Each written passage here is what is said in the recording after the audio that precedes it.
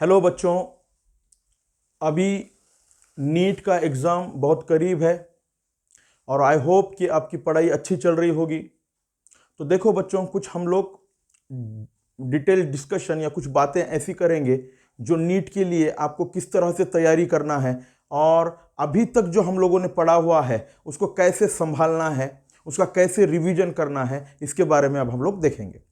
देखो बच्चों, जो आपने अभी तक पढ़ा है स्टार्ट से लेकर अभी तक जो भी है फिजिक्स, केमिस्ट्री, बायो, तो इसमें बच्चों कि आपकी जो पढ़ाई हो चुकी है अब इसका रिवीजन हमको अब बहुत परफेक्ट करना है, क्योंकि रिवीजन जब करोगे तभी उन चीज़ों को हम लोग संभाल पाते हैं। क्योंकि अब हम लोग कुछ चीज़ें नई नई जब पढ़ते हैं तो अब उनको पढ़ने के पीछे हमारा रिवीजन का टाइम निकल जाता है।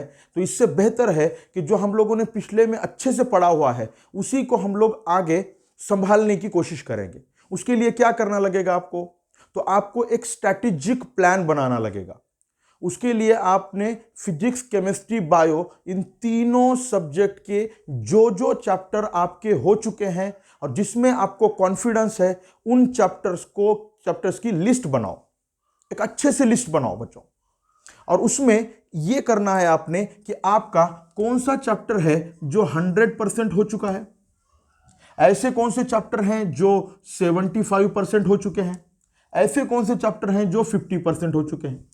अब इससे कम जो हुए हैं चैप्टर, उनमें अब आपने आपके जो भी टीचर हैं, कंसर्न टीचर है, उनसे डिस्कशन करना है कि जो चैप्टर हमारे रह चुके हैं उसके कितने क्वेश्चन आने के चांसेस हैं।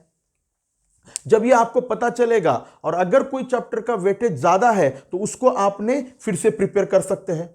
लेकिन अगर वेटेज कम है और उसके पीछे ही आप लोग लग गए तो ये जो चैप्टर हमारे 100% हो चुके हैं, जो 75% हो चुके हैं, जो 50% हो चुके हैं, उनको संभालना फिर मुश्किल हो जाएगा। तो ये सोचना लगेगा बच्चों आपको।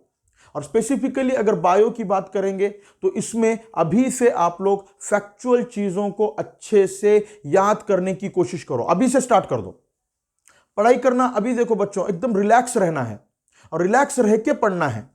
कोई भी आगे का कोई सोचना नहीं है हमको सिर्फ पढ़ाई पे फोकस करना है।